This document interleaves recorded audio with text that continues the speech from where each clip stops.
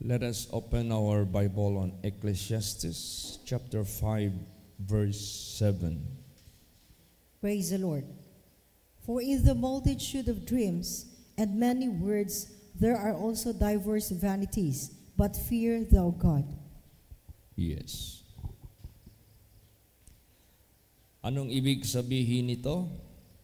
Sa karamihan ng mga panaginip at sa karamihan ng mga salita ay merong ding matatawag nating mga maraming walang kabuluhan. Subalit matakot ka sa Diyos. So itong multitude of dreams and many words ay hindi tayo pwede magkumpiyansa dito kasi ito ay pwedeng maghatid sa atin sa kapahamakan. Kaya nga, merong tinatawag dito, there are diverse vanities. So, ibig sabihin yan, hindi tayo kinakailangan mamove sa mga ito. Praise the Lord! Merong mga panaginip na just to confuse you. Tatlong klaseng panaginip. Panaginip galing sa Diyos, that's good. That will give you warning and will give you guidance and accurate information. Meron ding panaginip na sa tao lang, bunga lang, sa antok. It is just yung sarili mo lang ang sa kaisipan dahil sa kakaisip mo na naginip ka. Walang kabuluhan din yan. At meron din sa diablo to confuse you. Panghinaan ka, iligaw ka, tuksoin ka, rumihan ka. So, sa tatlong panaginip na yan, isa lang ang matatawag nating accurate and beneficial. Yung panaginip galing sa Diyos. Praise the Lord. Yung dalawa dyan, vanities yan. So, mas marami ang vanities. Isa lang ang accurate, isa lang ang matatawag nating beneficial. Mapakinabangan natin. Ang Diyos lang, yung sa Diyos lang na panaginip na binibigay niya sa bawat isa sa atin. Praise the Lord.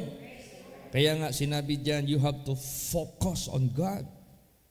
Not focus to yourself, not focus to other way na hindi sa Diyos. Kaya nga sinabi diyan, fear thou God. Matakot ka sa Diyos. Kasi ang Diyos lang ang matatawag nating accurate. Siya lang yung matuwid. Siya lang yung maghahatid sa atin sa ating ikabubuti. Alam mo kasi ito mga panaginip kasi. Para itong, alam niyo yung mangmang, yung fools, yung mga ganon, mga insane. Magsasalita yan na magsasalita yan na magsasalita, na wala namang kahulugan, wala namang kausap, wala namang matatawag nating laman. Ganon din ang mga panaginip. May mga ganon na mga panaginip na hindi natin kinakailangan bigyan ng bigat at bigyan ng tuon pansin. Kasi magko-confuse lang yan sa iyo, magbibigay lang yan sa iyo ng kapahamakan. Basahin natin. Ecclesiastes 5 verse 3. Praise the Lord.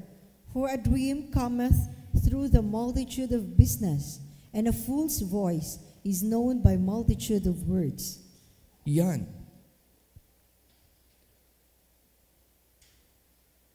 For a dream cometh through the multitude of business, and a fool's voice is known by multitude of words. So ibig sabihin yan, mas marami tayong i-disregard sa mga panaginip. Praise the Lord. Hindi kay abang araw-araw man tayo naginip. Hindi mo yan pwede, lahat yan bigyan mo ng problema. Lahat yan, bigyan mo yung bigat. Lahat yan, bigyan mo ng kahulugan. No. There are diverse vanities. And they are so much business. Pag sinabing much business, multitude of business, hindi mo yan pwedeng paniwalaan at bigyan ng kabigatan sa iyong puso. Kaya, ano ang pinaka-importante dito? Ano ang pinaka-highlight dito? Fear thou God. Praise the Lord. Matakot ka sa Diyos in order to be safe. Kung may panaginip man sa Diyos na warning, pag mitakot ka sa Diyos, you are safe. Kung meron mang message ang Diyos sa buhay mo, to appreciate and to praise you, kung mitakot ka sa Diyos, you are safe. Praise the Lord. Meron mang panaginip galing sa Diyos sa iyo na negative, na magbibigay sa iyo ng matatawag to rebuke you, to correct you, matakot ka sa Diyos. You are safe. Kung meron mang panaginip na pinupuri ka, tingnan mo si Paul. Because of so much revelations, sabi niya, appreciation from God, Satan sending me turn into my flesh. Baka maya-maya magmamayabang ako above. Kaya, to be safe, whether that is to criticize you, to rebuke you, or to appreciate you, ang pinaka-win-win solution dyan, matakot ka sa Diyos. Praise the Lord. Fear thou God. Yan yung huwag nating walain sa buhay natin. Yan yung pinaka-selection natin, yan yung pinaka-piliin natin sa buhay natin. Huwag natin yang pakawalan sa ating buhay. Basahin natin. Ecclesiastes 7:18. Praise the Lord. It is good that thou shouldest take hold of this. Yea, also from this withdraw not thine hand. For he that feareth God shall come forth of them all. Yan, napaka-liwanag po niyan. Mabuti na ito ay hawakan mo. Oo, wag mo siyang bitawan sa kamay mo. At ang mitakot sa Diyos, siya yung matatawag nating siya yung pinaka-highlight. Shall come forth of them all. Praise the Lord. Siya yung pinaka-highlight. Di ba pag maglinya tayo sa Bible, meron tayong colored pen, yellow, pink minsan. Wala sigurong nagha-highlight sa Bible, itim na pen ang ginagamit. Di mabubura yung letra. Bakit kailangan yung mga parang luminous ba? Pink, green, yellow. Basta, they are more on luminous to make it highlight. So, ang hina-highlight dito that will come forth them all is the fear of God. Praise the Lord. Yun yung pinaka-highlight sa buhay natin. There are so much vanities in this world, but the fear of God come forth. All of them. Kaya, ganun sa buhay natin. Di ba naminsahe dito yung yung wicked na rumarami yung mga taon nila, masayang-masaya sila. Pero wicked kasi sila eh. Di ba walang ibang ikabubuti sa kanila, matakot sa Diyos. There is no such antidote to turn the curse into a blessing, to turn hell into heaven, to turn even the snare of Satan into a safe hand. Fear of God. Kaya yan ang pinaka-importante.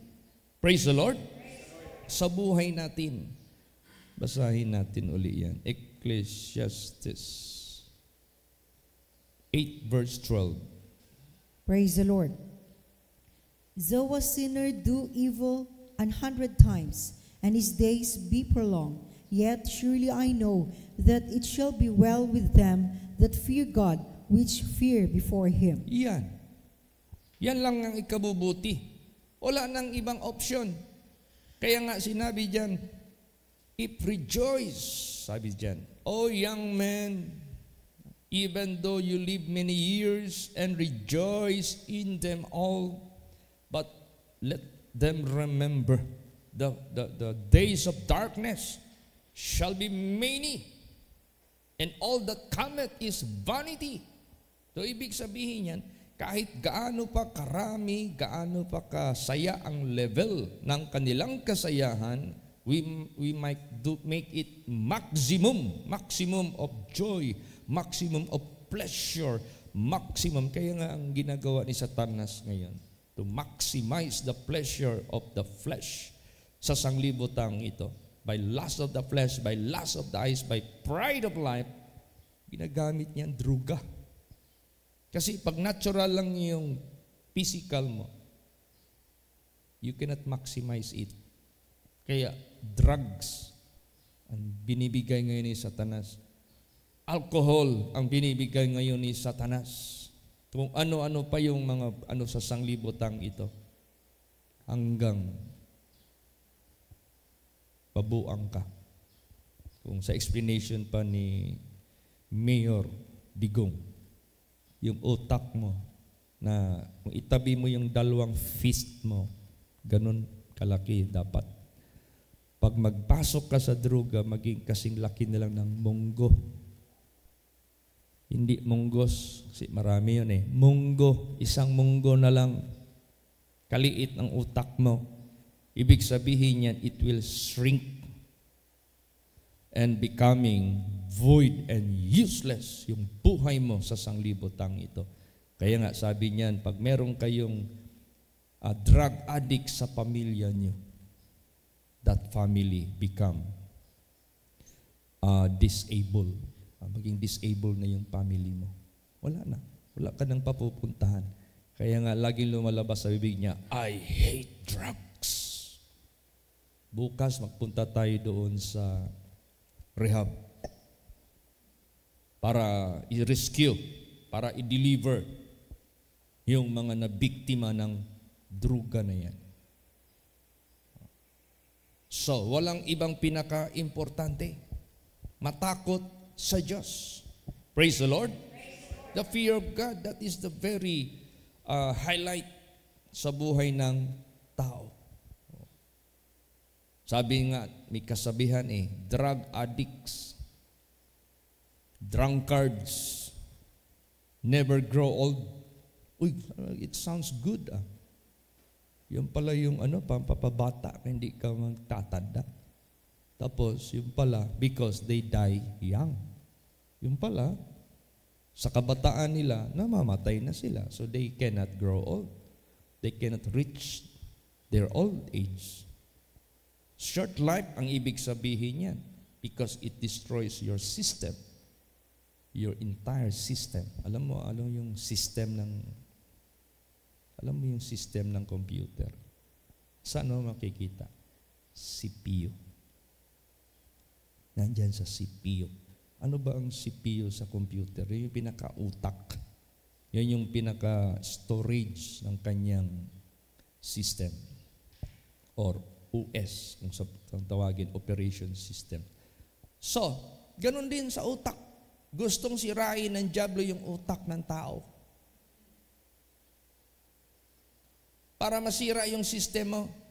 Ngayon, ang Diyos naman, siya yung nagre-restore nito. Praise the Lord. He is the restorer of the breach. Yung sinira ng dyablo, i-restore niya.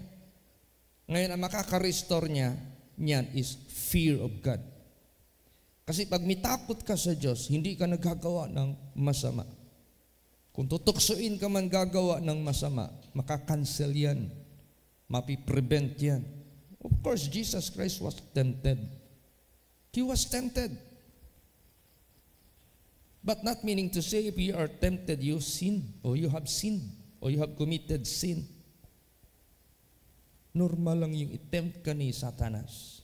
But you must resist and overcome temptation. Kailan mo magawa yan? Pag may fear of God ka. Praise the Lord. Pag may takot, tingnan mo si Joseph. Joseph was tempted, but not meaning to say he committed sin. But because he has the fear of God, the power of temptation, lose. Hindi nagkaroon ng power against him to destroy his life. Kaya, napaka-importante ang fear of God. Napaka-importante talaga yan. Basahin natin yan. Ecclesiastes 12:13. Praise the Lord. Let us hear the conclusion of the whole matter. Fear God and keep His commandments, for this is the whole duty of man. Yan. Pag sinabi mong conclusion of the whole matter, there are so much matters. But the conclusion of the whole matter, if you are going to generalize it or summarize it to make it short, what is the conclusion of the whole matter? Fear God. Imagine that the conclusion of the whole matter is to fear God. Praise the Lord. There are million and billion matters, but there is only one highlight. Fear God and keep His commandments. For this is the whole duty of man to God. All in na yan.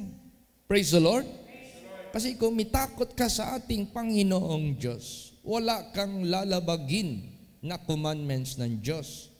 Susundin mo yan lahat.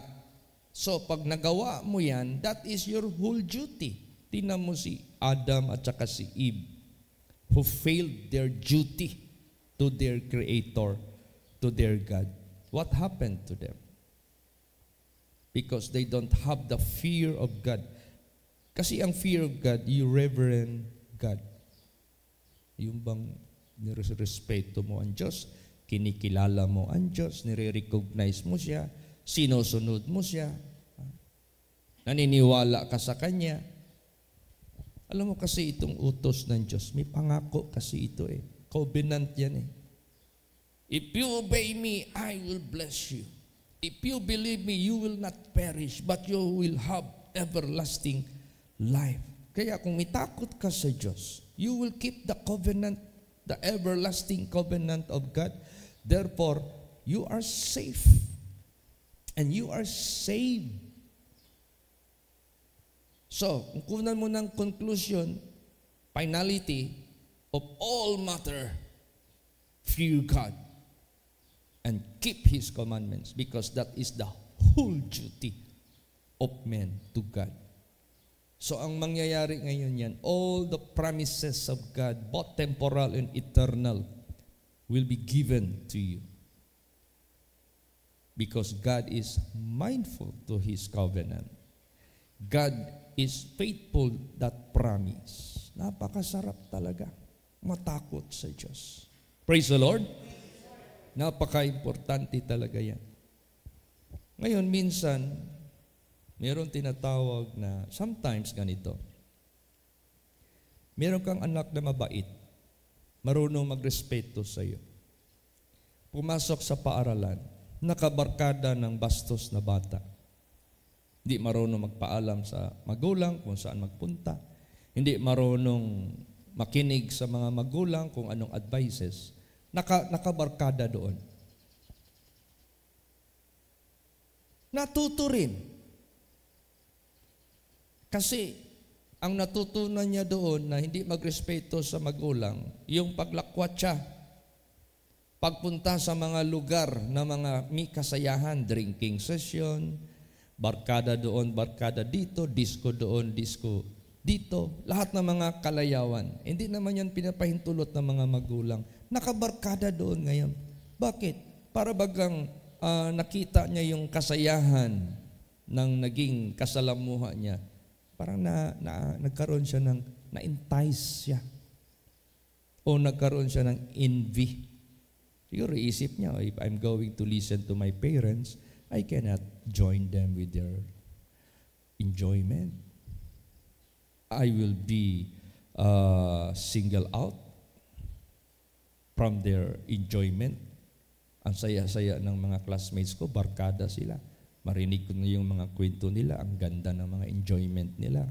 Ganito, ganyan, ganyan, ganyan. Ang saya-saya nila. While me, because takot ako sa magulang ko, I respect them, I cannot join them. Ano kaya? Sundin ko na lang yung lakad nila that I may also enjoy together with them. Huwag nating gawin yan. Do not envy sinners. Praise the Lord. Basahin natin yan. Proverbs 23:17. Praise the Lord. Let not thine heart envy sinners, but be thou in the fear of the Lord all the day long. Yan. Huwag kang mainggit sa mga makasalanan na gumagawa ng mga bagay na masama at they enjoy it. That is just very temporary. That is very short. And the consequence of it is great distraction. Matindi ang distraction, di liyan nakikita. Para bang tao, lasing ng lasing, lasing ng lasing. Sunog yung baga at luto yung atay. So, yun na, magkasakit na yung tinatawag na psoriasis ba yan? Ano ba yung klaseng sakit sa atay? Wala. Hindi ka makarating ng 30, patay ka na. Yan yung nangyari sa mga barkada ko dyan sa Matina. Agang-aga pa, lasing na. Agang-aga pa, bakhak, hudyaka na. Nandan yun sa table, puro alak. Maya-maya, makita mo na lang maglakad, parang sumbi. Putlang-putla na. Yellowish na ang mata. Hanggang naging cancer sa liver. Maya-maya, malaman mo na lang, marami ng ilaw ang bahay. Meron ng tent sa labas. Meron ng mga nagsusugal. Tapos makita mo na lang yung mga bulaklak sa pampatay. Wala na, andoon na. So do not envy sinners. Ang pinakamasaklap yan, yung mapunta ka sa impyerno. Sabi ng isang minanaginip, dinala yung kaluluwa niya sa langit, dinala rin yung kaluluwa niya sa impyerno. Yung tatay niya, hindi naniwala kay Jesus Christ, namatay, walang kaligtasan. Tinuro sa kanya, yan yung tatay mo. Hindi niya nakilala yung tatay niya. He cannot recognize the face of his father in hell. Bakit? Sa sobrang yung mukha mo doon hindi mo na madrawing. Because of the agony, because of the pain, because of the suffering, hindi mo na ma-recognize yung relative mo doon. They are no longer handsome and beautiful, but they are in the state of a so-called maximum punishment. Ay, grabe talaga. Samantalang ipinapakita sa vision ang mga mukha ng mga anak ng Diyos. Ang bata-bata, ang fresh-fresh, ang ganda-ganda, intact na intact. There is peace, there is joy, there is pleasure forevermore, there is eternal riches. Ang ganda ng ano. Kaya, do not envy sinners, but fear thou God. Matakot ka sa Diyos. Ngayon, kung mitakot ka na sa ating Panginoong Diyos, huwag ka nang paliko-liko sa kanan at kaliwa. Stay ka na dyan. Safe ka na dyan eh. Praise the Lord. Save ka na dyan eh. Blessed ka na dyan eh. You are a light of this world. Liwanag ka na sa sanglibutang ito. Blessing ka na sa madla, sa mga tao sa sanglibutang ito. Blessing ka na sa pamilya mo. Blessing ka na sa clan mo. Blessing ka na sa community mo. Blessing ka na sa municipality mo. Blessing ka na sa country mo. And you are blessing even in the entire world. Huwag ka nang mag-change of course. Huwag ka nang magpaliko-liko. Straight ka na sa takot sa Diyos. Praise the Lord! Basahin natin yan. Proverbs 4:25 hanggang 27.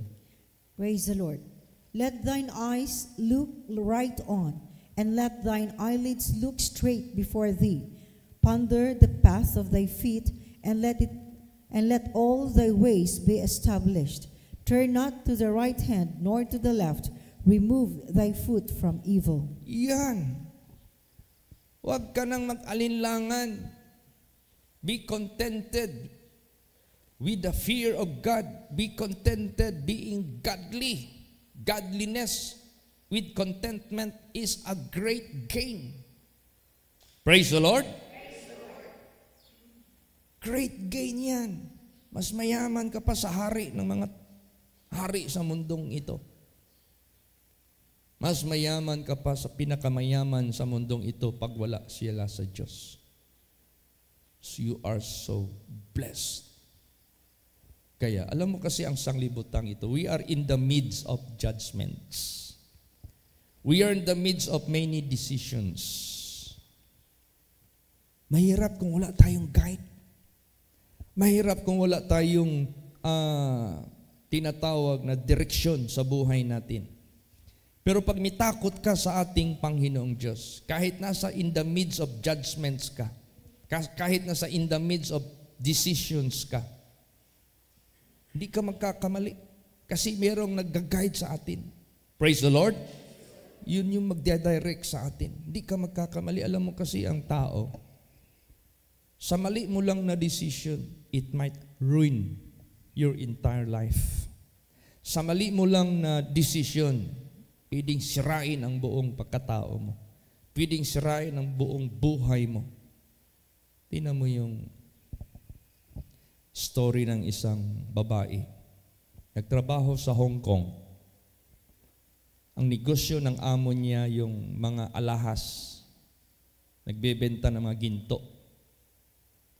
Isang tindahan. Alam mo sa Hong Kong, nung pumunta ako doon, ibang klaseng sila, pagka-organize ba. Merong isang street dyan, isang kalye yan. Pag mga herbs ang binibenta ng isang door dyan, kasi maraming doors yan maraming buildings. Puro herbs lahat yan. Isang street. Nandoon yung bird's nest, nandoon yung lahat ng mga, alam mo mga Chinese, magaling yan sila sa mga tinatawag na ancient herbs. Yung mga, nung una pang panahon na practices ng mga parents nila na ginagamit yung mga herbs for health benefits. Hanggang ngayon, pinopromote nila yan. Yung bird's nest, mahal masyado yan. Ano pa? Alam mo yung parang mushroom na matigas na tumutubo lang dyan sa kahoy. Nandun yan, ang lalaki, grabe, ang talaga, ang linis. Akala mo talaga super attractive, pero grabe yung benefit sa health. Punta ka naman sa isang street, pag hardware lahat yan. Alam mo yung doorknob natin dyan sa main door, binili ko yan sa Hong Kong. Hanggang ngayon, buhay pa. Praise the Lord.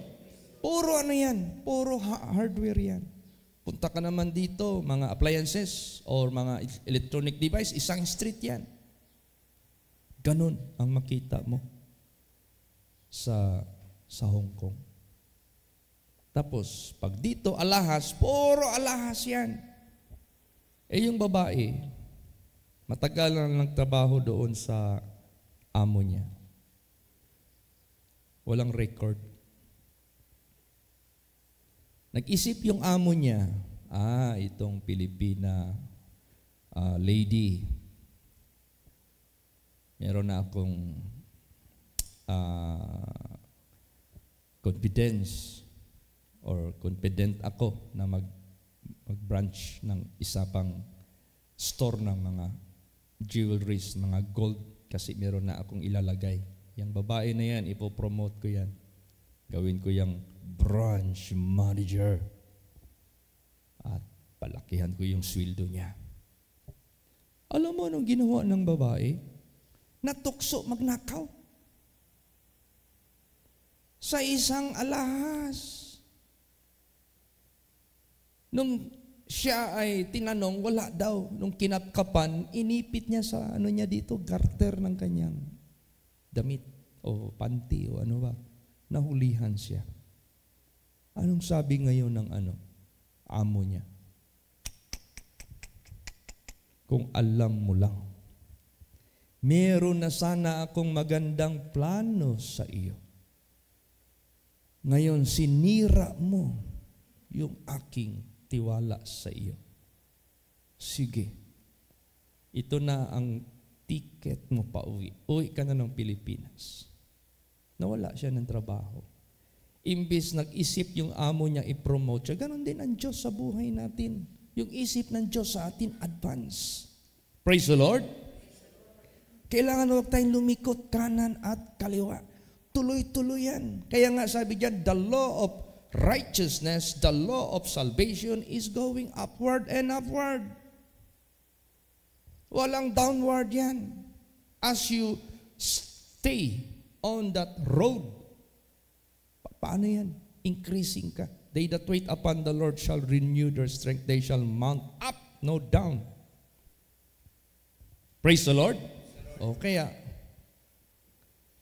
in the midst of judgments, decisions, may takot tayo sa Diyos. Kasi kung may takot tayo sa Diyos, hindi tayo gagawa ng mali. At ang Diyos na may plano maganda sa buhay natin, tuloy yan sa buhay natin. Ibibigay yan ng Diyos sa buhay natin. Anong sinabi dyan? Basahin natin. Proverbs 8:20. Praise the Lord. I lead in the way of righteousness, in the midst of the paths of judgment. Yan. I lead. Ang Diyos, sabi ng Panginoon, I lead in the way of righteousness. Pinapangunahan ko kayo, ginagabayan ko kayo sa daan ng katuwiran in the midst of the paths of judgment. Kaya ang sanglibutang ito, this is the paths of judgment, mga daan ito na maraming daan sa pagdesisyon. Kung mamali ka lang dyan pag-decide, it might ruin your entire future, both temporal and eternal.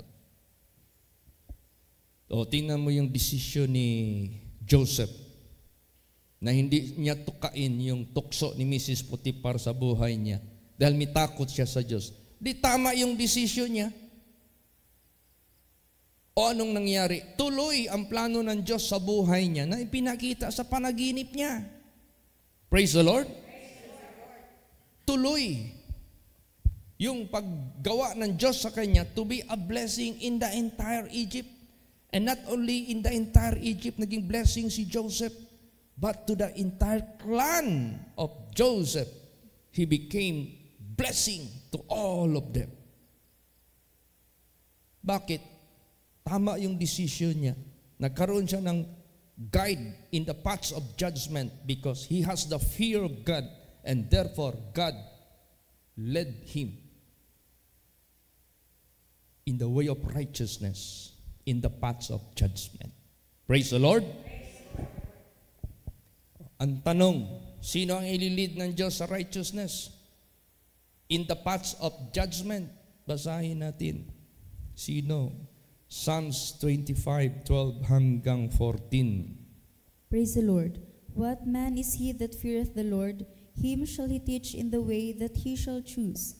His soul shall dwell at ease, and his seed shall inherit the earth. The secret of the Lord is with them that fear him, and he will show them his covenant. Yes, ang laki kaya it is so vital, it's so important. Lahat na siguro gamitin nating adjective sa fear of God. I-add na natin lahat yan. Praise the Lord. What man is he that feareth the Lord? Him shall he teach in the way that he shall choose. Oh, magkamali ka lang magpili dito ng pag-decide mo. Paggawa mo ng decision. Pabilo yan ng iyong kamatayan at pwede rin niyang maghatid sa iyo sa everlasting benefit. Covenant of God. O kaya kung para magkaroon tayo ng magandang decision sa lahat ng ating buhay in the paths of judgment, matakot ka sa Diyos. Kasi siya yung ililid niya eh. What man is he that feareth the Lord? Him shall he teach in the way that he shall choose. His soul shall dwell at ease. His seed shall inherit the earth. Kasama pa yung binhi mo, pamilya mo. The secret, kaya yung palang Acts 16:31, matagal na pala yan. Nandito na yan sa Old Testament, Psalms. Praise the Lord. Kasama yung seed mo, kasama yung household mo. The secret of the Lord is with them that fear Him. Binalik na naman yung fear of God. And He will show them His covenant. Grabe. Lahat na ng ata ng benefits. Yung covenant ng Diyos dyan sa iyo i-fulfill, dyan sa iyo ihahayag. Yung mga secrets of God dyan sa iyo ihahayag. Bakit secrets? He cannot reveal it to anyone just simply way. Because he cannot trust them. Hindi niya masaligan ikaw. May mga secret matter ka, basta mo na lang ba ihahayag yan sa iba? Hindi. Doon mo ihayag yan sa alam mo na trust. Ano siya? Worthy siya. Ganon din sa buhay natin. Kailan ba tayo mabilang na kasaligan? Kung sa Tagalog pa, mapagkatiwalaan. Pag may takot ka sa Diyos, na hindi ka magliko sa kanan at kaliwa, hindi mo siya. Tingnan mo si Judas Iscariot. Anong makikita natin sa kanya? Trustworthy ba siya? Hindi. He betrayed his master. He is not trustworthy. Kaya sa buhay, alam mo si Judas Iscariot, he has the best teacher. He has the best guide. He has the best counselor. Lahat na ng best para ang tao maligtas. Pero anong ginawa niya? Wala siyang takot sa Diyos. Kaya, he was destroyed. No? Napahamak siya. Kahit meron ka pang best Lord, best counselor, pag hindi ka matakot sa Diyos, useless ka. Wala kang kabuluhang tao sa mundong ito. Ganun. Kaya, napaka-importante yung takot sa Diyos. Alam mo yung covenant ng Diyos, hindi ito basta-basta na yung benefit natin. This is everlasting covenant. Tapos, ang match dyan, na maangkin mo yung everlasting covenant, takot sa Diyos. Let us hear the conclusion of the whole matter. Fear God and keep His commandments. This is the whole duty of man para yung everlasting covenant ng Diyos sa iyo matutupad. Praise the Lord. Praise the Lord. Oh. Baka you are just 1 in a million. Bihira lang yan. So pag sinabing bihira, tingnan mo yung ginto. Bakit mahal yung ginto? Rare. Maliban na rare, mahirap ang proseso niya.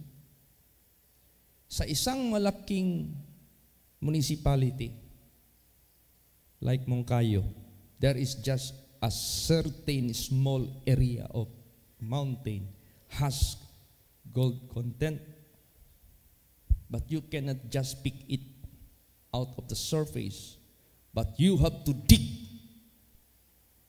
You have to risk your life. Kasi i-dig mo pa yan eh. At ang pagdig mo, hindi yung soft soil, no, madali lang. It is rocks. You have to use moil. You have to use hammer. You have to use all kinds of instruments. Hard rock kasi yan. Tapos out of those rocks, there are how many grams only you can get gold. At kahit ilang grams lang, you have to process it. Sometimes gamitin mo yung mercury. After that, hindi mo maubos yan kasi nakasiksik lahat yan. You have to bull mill it again. Pag sinabing bull mill, alam mo makita mo sa loob ng bull mill. Isang drum yan na naka-enclose. Meron lang kunting bintana dyan na isara. Open, doon mo ilagay yung bato. Yung loob niyan, puro hammer yan, nakaganon. Isang bar yan, tapos yung mga hammer nakaikot yan. Pag ikot yan, pokpokin lahat yung mga bato. Pag ma-pulverize yun, masisiparate yung mga gold. Di mo makita yan by your naked eyes. You have to put cyanide to liquefy the solid gold. Di mo makita yan. You have to pour it in a drum with cyanide, liquefying the solid gold. Pagkatapos lipat mo naman yan sa isang drum, carbon na naman ilagay mo dyan to absorb the liquefied gold into the carbon. Dalhin mo naman yung carbon doon sa kuryente to separate the silver and the gold. Pero yung gold, hindi mo pa makita. Parang ano lang yan, putik. Dalhin mo naman sa oven. Pag yung gold, pagdala mo yan sa oven, maging ano na yan, parang kita kayo ng kape pag binasa mo. Para siyang dark, almost black, brown. Yan ang maging kulay. Pag nandyan na yan, ilagay mo na sa paso. Tutukan mo na ng blowtorch. 3 to 4 hours na naka-stay dyan sa pressurized fire. Marinig mo yung blowtorch. Walang hinto yan. Bago ma-purify siya. 99.9%. Walang 100%. Praise the Lord. Doon lang yan sa langit ang 100%. Kahit anong pure gold dito, walang mag-declare ng 100%. 99.9. Rare. Kaya kumitakot ka sa Diyos. You are rare. You are so valuable. In the eyes of God, not in the eyes of the people. It might be vain for them. Nonsense for them. Foolishness. But in the eyes of God, who created the universe, you are rare. You are so precious. Doon niya ibibigay sa iyo yung sikreto niya. Doon niya ibibigay sa iyo yung covenant niya. Praise the Lord. Di ba? Super benefit yan. Basahin natin. Jeremiah 32:40. Praise the Lord. And I will make an everlasting covenant with them, that I will not turn away from them to do them good, but I will put my fear in their hearts, that they shall not depart from me. Yeah, you know, this is God's idea. Gagawin niyang everlasting covenant sa kanila. Hindi niya ito kukunin sa kanila para gawin niya ito na mabuti. Ang gagawin ng Diyos, I will put my fear in their hearts. Ilagay ko yung takot sa puso nila para hindi sila hihiwalay sa akin. Now, pero kung ilagay yan ng Diyos sa isip mo, sa puso mo, na matakot ka sa Kanya, but yet you refuse, yet you don't believe it, ay wala rin, useless din yan.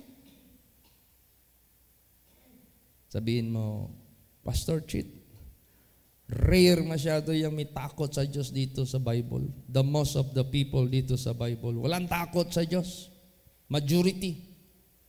Kahit na majority, pagsikapan mo na matakot ka sa Diyos so that you are one of the rare person in this world who possess the fear of God. Sabihin mo, baka expired na yan, Pastor Chit, na privilege. Baka nag-innovate na siguro yung Diyos. Alam mo, may pinadala sa akin si Pastora Edith na video. Isang announcement sa Immigration Canada. Sinabi doon, this 2025 na darating, there will be an amendment of law in Canada. Those who would study in Canada, they can no longer bring their spouse to have work permit. Hindi mo na madala. Only the course na kukunin nila, medical course. Kung kukuha sila ng management, hindi mo madala yung spouse mo to have work permit. only medical course. Ay itong takot sa Diyos, Pastor Chit, baka ganun din ang mangyayari. Let us hear and listen well the announcement. Baka obsolete na yan, Pastor Chit. Baka hindi na applicable sa buhay natin ngayon. Baka nag-innovate na. Baka iba na ang ways of God. No. Applicable pa rin ngayon. Praise the Lord. Last verse. Luke 1:50. Praise the Lord. And His mercy is on them that fear Him, from generation to generation. Yes, this is from generation to generation. To all generations, His mercy is on them that fear Him. So, the fear of God is very much applicable and valid, beneficial sa harapan ng Diyos. Kasi, this is from generation to generation. Hindi na maputol ito. Praise the Lord. Kaya, napaka-importante talaga. Now, how do you keep that fear of God? Paano mo ingatan yung fear of God? Ay sabi ni Jesus, watch and pray. Alam mo, there was a time si Brad Santi. There was a June 15, hindi yan natuloy dito. Nakasakay na sila ng MRT ba yun?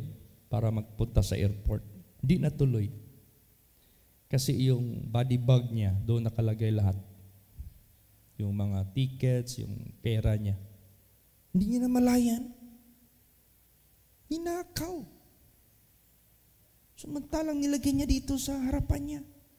Ay nagsiksikan. Alam mo naman sa LRT o kaya MRT. Hindi ka pwede ma-RT doon. Kailangan talaga cowboy ka doon.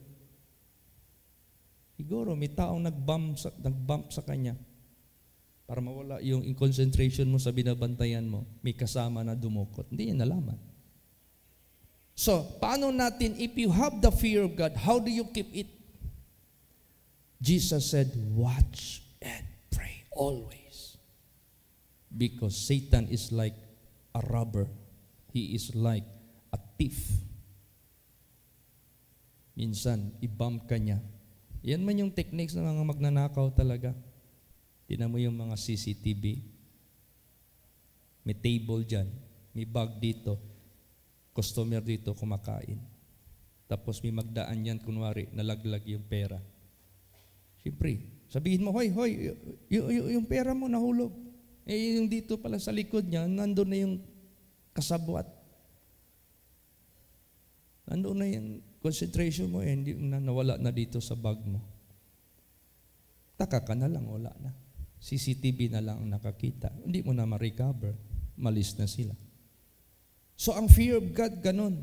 Ano ito? Precious masyado ito. Ano ito attractive ito sa mata ni Satanas. Pag makita niya ang tao, may takot sa Diyos. Saludo yan si Taning. At ang kanyang purpose, nakawin niya yan sa atin. Huwag mong ipanakaw yan. Fear of the Lord. Watch and pray always. Praise the Lord. Proteksyonan natin yan. Dahil that is the super precious in the eyes of God. Doon niya ibibigay yung covenant, doon niya ihahayag yung mercy, doon niya ihahayag yung secret. This is let us hear the conclusion of the whole matter. Ito yung pinaka-importante. That is the whole duty of man to God. So, salamat kay Lord Jesus. Lagi niya tayong nire-refresh. Lagi niya tayong tinuturuan, ginaguide. What is the best way to survive in this perverse and crooked generation, among whom we must shine? The fear of God is the key. Yan ang pinakasusi sa lahat. Praise the Lord. Magsitayo po ang lahat. Hallelujah.